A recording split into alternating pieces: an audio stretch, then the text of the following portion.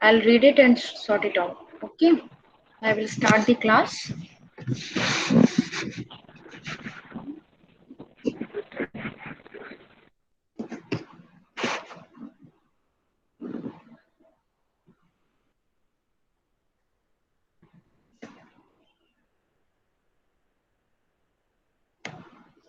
Okay, today's topic is your tennis elbow. We'll start. It is same as the golfer's elbow. The reason is different. Tennis elbow is your lateral epicondylalgia or lateral epicondylitis.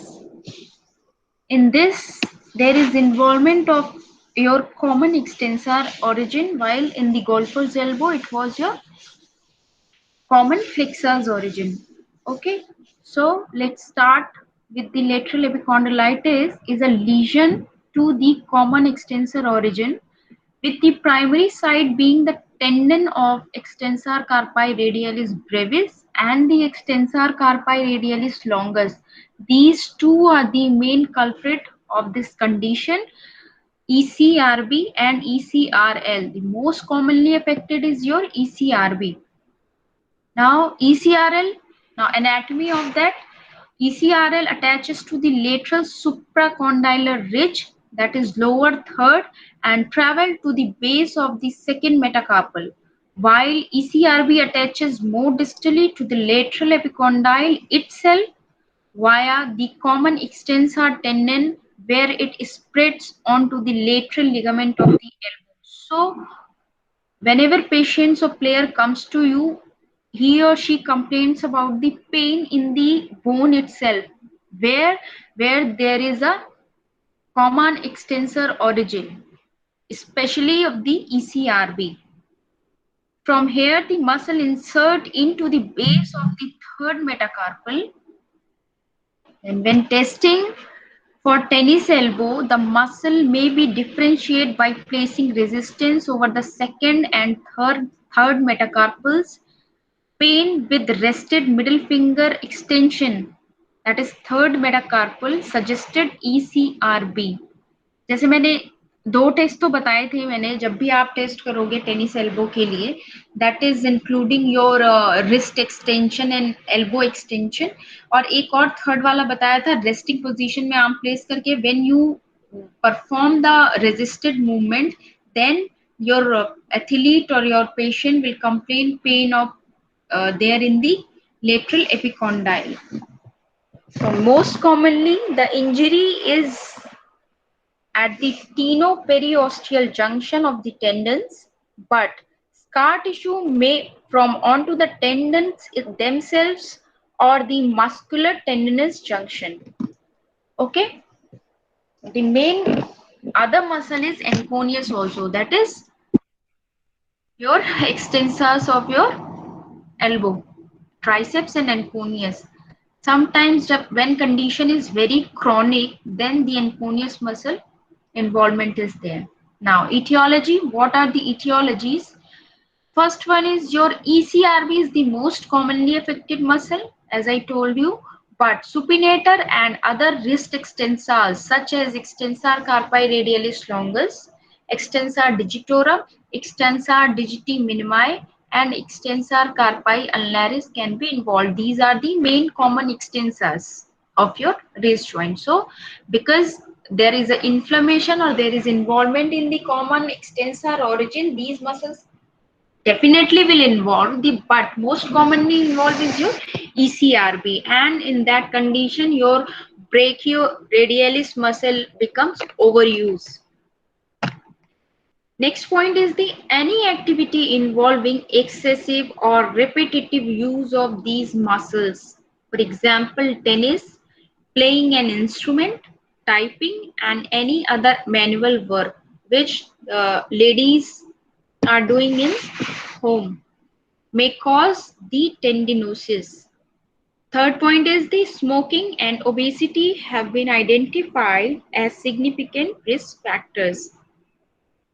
Next point is the LES tendinosis, lateral epicondylitis, as are tendinosis, a symptomatic degenerative process of the tendon, sometimes without any overuse, any pathological condition, any other factor involvement. There can be a degeneration to that particular epicondyle, that particular region, that can lead to a lateral epicondylitis. The application of tension to the tendon usually increases cross linkage and collagen deposition. Tendons can stretch easily in response to gradually increasing forces. If this stress exceeds the tendon's tolerance to stretch, a micro tear may occur. Then multiple micro tears lead to degenerative changes within the tendon, which are known as tendinosis. This is the main factor. एक बार हुआ तो ठीक है. If you are using that continuous repetitive stress, so that will lead to the tear, and these multiple tear can lead to the degenerative changes. Okay. Now next is the pathophysiology. In the cases of tennis elbow, local tendon pathology is that of immature and dysfunctional healing called angiofibroblastic hyperalgia. This process has four key elements. What are that? First one is the collagen cell number and the amount of ground substance increase. Then second one is the vascular hyperalgia, that is the neurovascularization is seen. Third one is there is an increase in the concentration of local neurochemical because of the repetitive stress, because of degenerative changes. There is a local neurochemicals concentration. Then fourth one is the collagen is both disorganized and immature. जो normal anatomy of the muscles है, normal anatomy of the bones है, that will change and it can lead to this condition. Now, what are the clinical presentations? A player or athlete will come to you with the presentation, or you can say sign and symptoms. The first one is the majority of the patients complain of pain located just anterior to or in the bony surface of the upper half of the lateral epicondyle. The second one is the most common, most common. वो यही बोलेगा मेरे को कहीं pen नहीं है, किसी muscle में पेन नहीं, कहीं भी पेन नहीं है except this bony region. That is your bony surface of the lateral epicondyle, usually radiating in line with the common extensors mass, especially in the brachioradialis. Then the pain can vary from intermittent and low-grade pain to continuous and severe pain, which may cause sleep disturbances depending upon your activity of daily living, depending upon your work you have done in the whole day. It will show the symptoms, that severity of symptoms or grading of symptoms. Okay. Second one is it is typically produced by wrist and finger extensors and supinator muscle contraction against resistance, which I have told you in the test, special test. These tests were that test were including these component of the muscle like wrist and finger extensor with resistance, if you remember. Then third one is the pain lessens slightly if the extensors are stressed with the elbow held in flexion.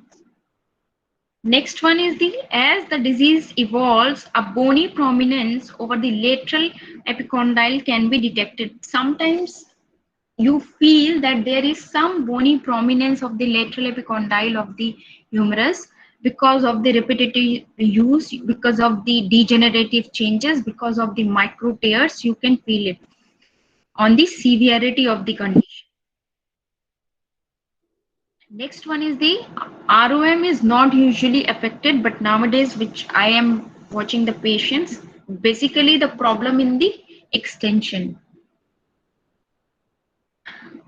Next point is the motion may be painful in more advanced stages where It can be elicited in full elbow extension with the forearm pronated. See, mostly at the end range of elbow extension, patient will complain about the discomfort, and if it is severe, if it is grade 3, that the end range of extension of the elbow will be painful. Then if limited motion exists, other concomitant pathology needs to be excluded. There can be other pathology including your biceps, including your triceps weakness, especially in the enconius. If in the later stages, if there is very severe pain, all range of motion in the sense elbow extension, pronation and supination is involved, and the painful movement is there, then you can treat the enconius, because these common extensors muscle typically represents with this loss of motion, soreness is there. Then you can treat the enconius muscle, and you can check the trigger points in the enconius muscle itself. Then next point is the racket sports involve this action, but severe occupational stresses can also be casual factors like hammering, painting, which laborers are using that particular movement, and using heavy spanner will all exacerbate the problem. Next is the pain is usually increased with resisted wrist extension, which you are using in your special test. There are many tests employed in the lateral epicondylitis physical examination. First one is your Cozen test, second one is your Mills test. If you remember, you can perform it. Then diagnosis, X-ray to find out any bony anomaly. In MRI, if there is any soft tissue damage, soft tissue injury, a micro tear is in the severe grade, then you can find it out in the MRI. What is the differential diagnosis?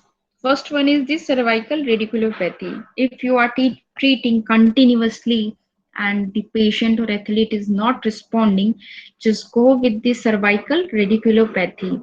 Check the cervical region and find it out what problem is there in the cervical region. Next one is the posterior interosseous nerve entrapment, so also known as radial tunnel syndrome. Go and check for that particular nerve. Then degenerative changes and OCD of the capitulum. Again, the same, the degenerative changes and osteochondritis of that particular lateral epicondyle. Okay, then now the treatment.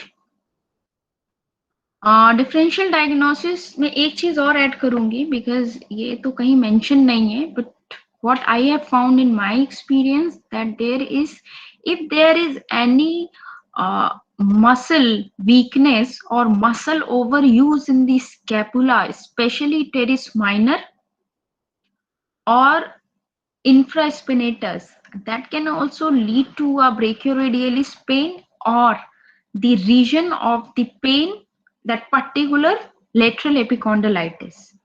You can find these symptoms similarly to the lateral epicondylitis, but in the reality there is not such a type of condition, but there is involvement of the same muscles like in the lateral epicondylitis, but the origin is the different, the causative factor is different, that is the scapular dyskinesia also, which I have seen in such cases, like 2 cases I have seen where there were involvement of the teres minor muscle, and that was showing the symptoms of the same lateral epicondylitis.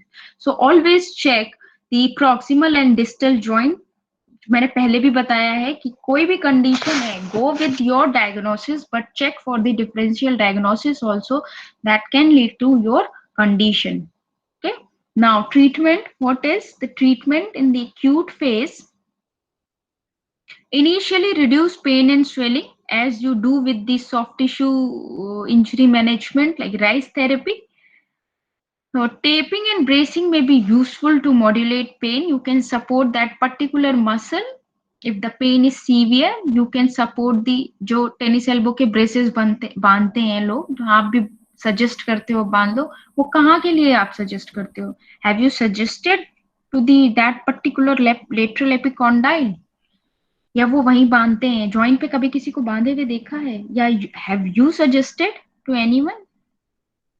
No, it is for the support of the brachioradialis muscle. Okay, so taping and bracing may be useful to modulate pain. और I think weather is very bad outside. किसी भी time मेरा wifi चला जाएगा if electricity gone. Okay, अगर जाता है so we will end up the meeting. We will continue in the next class, or I will inform you whenever it will confirm. Okay, so treatment in acute phase, what I was telling, that the counterforce brace consists of a tight strap which is placed around the upper forearm to create a lateral pressure when an object is gripped. Using this technique, grip strength has been shown to improve by supporting the upper forearm muscles or the muscles of the common extensor's origin at the upper forearm. Next point is the tape aims to offload pain as its site on the common extensor origin. Rigid tape is applied under traction with 4 pieces forming a diamond shape. This is the different types of taping. Don't go with that. Just simply you have to support the muscles of common extensor origin, whether it is brachioradialis, whether it is extensor carpi radialis brevis or radialis longus, whatever it is. The use of nitric oxide given in the transdermal patch as glyceryl trinitrate has been described in the treatment of the tennis elbow. These patches are in the form of your anti-inflammatory patches. That is called, what is the name of that patch? Is the Neo patch, I guess. That is an anti-inflammatory patch. You will put that patch on that particular region, that is lateral epicondyle of the humerus at the common extensor origin, and you will use that also, including your taping, bracing, whatever you are giving to the athlete or patient. Now, physiotherapy. Some studies have reported good outcomes with physiotherapy regimes of stretching and strengthening with more favorable results than rest and reduced activity at short-term follow-up. इस condition में ज्यादा दिन rest advice करना अच्छा नहीं, मतलब अच्छा नहीं इन द सेंस कि इट्स नॉट हेल्पफुल. रेस्ट देना है अगर बहुत सीवियर पेन है. इफ अ प्लेयर और patient is not able to pick a glass also, then only you advise him or her for rest for 1 week only, including the anti-inflammatory drugs. Otherwise, start with the strengthening or stretching exercise. That will help.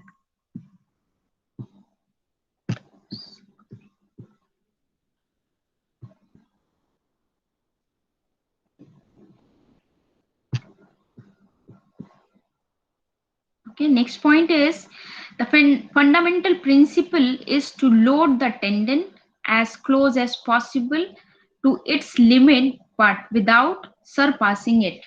Eccentric exercises and partial load favoring tendon healing are the mainstay of physiotherapy regime. You have to know that whether muscle has to be offloaded, onloaded, partial loaded. Especially these loading mechanics is treated by your taping, rigid taping, जिसमें आपका मैकोनल tapping होता है. Rigid tapping को strap में लगा के आपको muscles को ऑफलोड करना होता है. These are the kind of taping जो आपको मसल ऑफलोडिंग में वर्क करता है. Otherwise eccentric exercises of common extensors muscles. A stable shoulder and scapula are necessary for correct elbow function. Again, the same point which I was telling you. Please check the scapula and shoulder muscles and wrist also. Then strengthening exercises of the scapular stabilizers, including the lower serratus anterior and the rotator cuff muscles is mandatory. अभी जो मैं बता रही थी, same distal and proximal joint. Then as the local swelling adheres and shrinks, inelastic scar tissue can be formed that will lead to the pain in the normal movement also. Mean अगर player simple movement भी करेगा, light stretching भी किया, तो भी वो painful होगा. Why? Because of the inelastic scar tissue formation. Now, exercises are stretching exercise can therefore be a value. A useful forearm extensor stretch may be performed with the athlete facing a wall. The dorsum of the hand is placed flat onto the wall and the elbow remains locked by leaning forward. The wrist is forced into 90-degree flexion, stretching the posterior forearm tissue. Wrist flexion may be combined with the pronation stretch. The diagram is given there, how to perform this stretching, and this can be performed self. अब simply आप other hand से patient को बोलोगे wrist flexion में push करने को और elbow extension में रहेगा. Second one is the keeping the elbow locked. The forearm is maximally pronated and the wrist flexed. Overpressure is applied with the other hand and a static stretch performed. There will be no ballistic stretching or dynamic stretching. The scar tissue more pliable when worn, so the athlete is advised to practice stretching after a hot bath or shower. If there is an acute condition, only in that condition you have to give rice. Initially, अगर 1 week हुआ है और 4 days हुआ है, then you can advise him or her to ice that particular area. After the certain period of time, if there is a subacute phase or chronic phase, you can advise her hot bath. Then third one is the resistance exercises are used to re-strengthen the forearm extensors. Wrist extension may be performed holding a small dumbbell. The forearm is supported on a block or over the couch. Side and full range of movement is attempted. Initially, this is performed with the elbow flexed to reduce pain on the affected muscle. Elbow flex करके ही सारी muscle करना है. Even starting में wrist stable रहेगा. Even आपका forearm muscles भी use नहीं होंगे. Only you have to perform wrist flexion and extension with the dumbbell. Initially case में. जब पेन सबसाइड हो जाएगा, थोड़ा स्ट्रेंथन गेन होगा, then you can use your forearm muscle, that is supinator, pronator and your wrist extension and flexion. Power band extension is performed with the athlete sitting. One hand of the band is placed beneath the foot and the other hand grip the forearm is supported along the athlete thigh. Initially, eccentric contractions are likely to be less painful than concentric, and the use of ice massage to produce a temporary anesthesia before exercise is often used. These exercise depends on your phases, which phases athlete or patient is facing. According to that, you have to make your rehab program. Use of an 8-week program of stretching and strengthening involving a progression of slow wrist and forearm stretching, muscle conditioning and occupational exercise. Depends. ये कुछ exercise है, main exercise है जो मैंने इसमें बताई हुई है.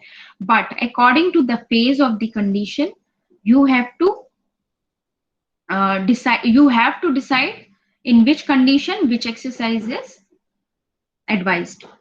Now, manual therapy including local massage to reduce swelling and produce hyperemia, and transverse friction to modulate pain and mobilize soft tissue can be used. सबको पता है transverse friction massage ही देते हैं.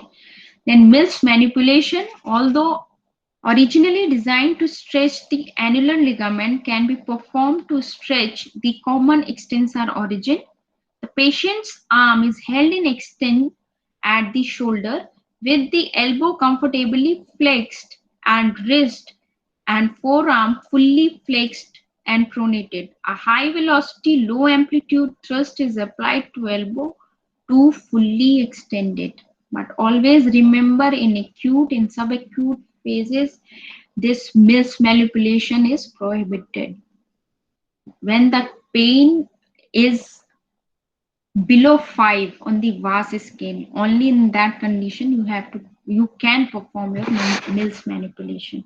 Otherwise, go with the soft tissue massage, icing massage, and some electrotherapeutic modality with strengthening and stretching exercise, and mobilization with movement. This is helpful. That is your Mulligan technique, MWM. MWM has been shown to be an effective treatment for this condition of the patient in the supine position. The therapist wraps,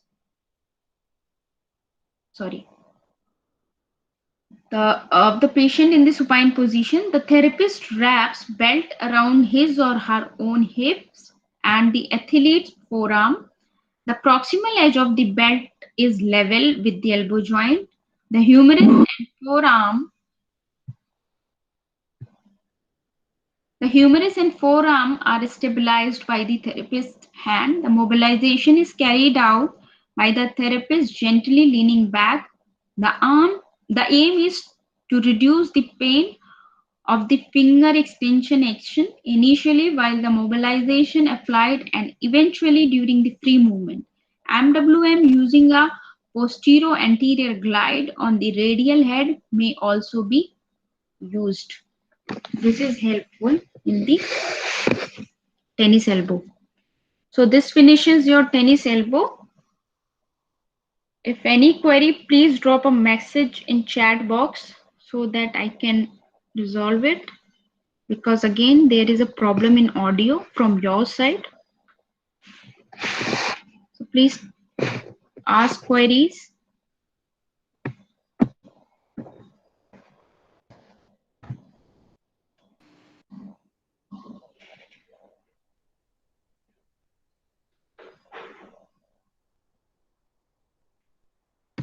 Any query?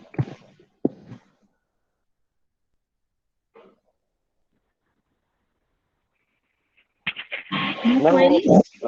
Tennis elbow taping कैसे करते हैं, काइने से tapping, वो थोड़ा नहीं समझ में है।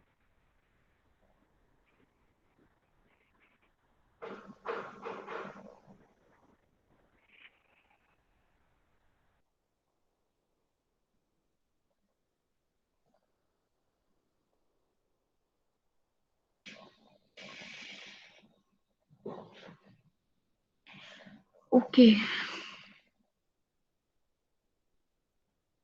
So whatever notes I have posted in the group has been completed now. Now I have to post some notes. जितने भेजे थे वो तो कंफर्म हो गए ना। शोल्डर इंस्टेबिलिटी भी बाकी है अभी। ओके, और कौन कौन सा बाकी है, let me check.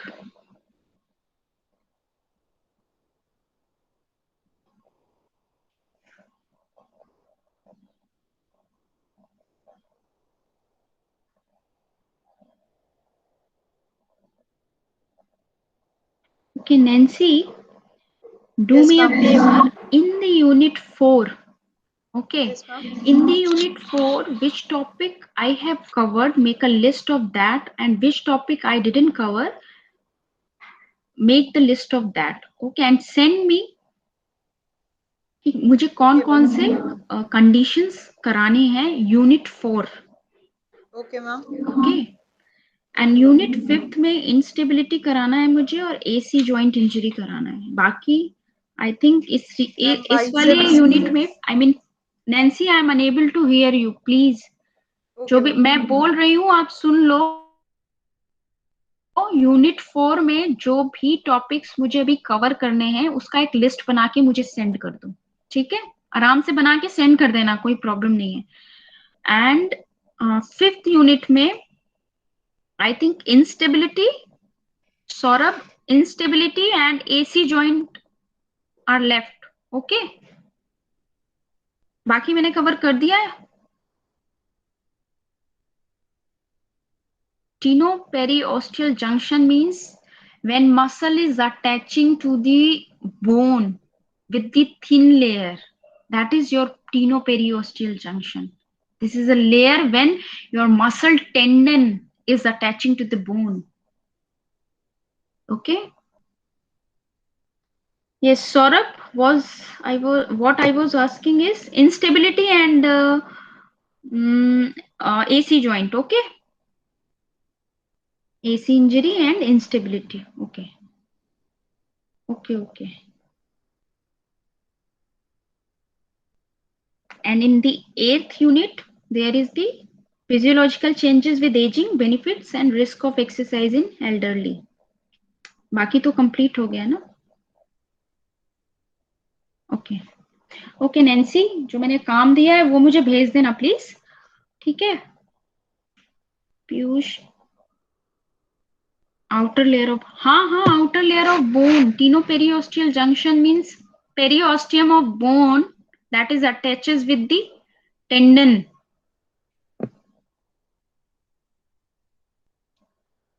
Okay, Piyush?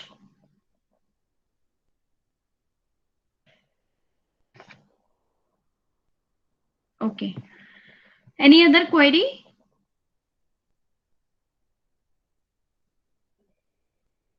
Okay, I'll wind up the meeting. Biceps tendinitis and rupture. See, pectoralis major rupture का मैंने नोट्स भेजा है शायद ग्रुप पे, भेजा है? नहीं भेजा? कंफ्यूजन।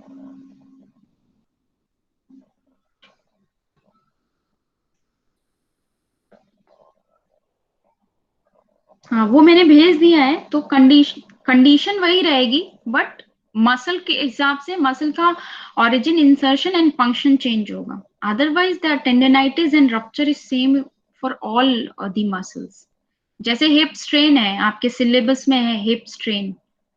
स्ट्रेन जो होता है मसल में होता है, स्ट्रेन तो मसल में ही होता है. मसल की एनाटॉमी के हिसाब से उसका मूवमेंट डिफरेंट, मूवमेंट चेंज होगा, मूवमेंट पेनफुल होगा उसके हिसाब से, और बाकी टेस्ट होंगे. बाकी कंडीशन सेम रहेगी. फिर भी टाइम बचेगा, मैं अभी या कॉलेज खुलेगा तब भी मैं एक्सप्लेन कर दूंगी. ओके? बाकी जितना हो रहा है, बाकी प्लीज अगर हो सके जो मैंने स्पेशल टेस्ट कराए हैं उनका प्रैक्टिस करते रहना, अदरवाइज बाद में कुछ समझ नहीं आएगा.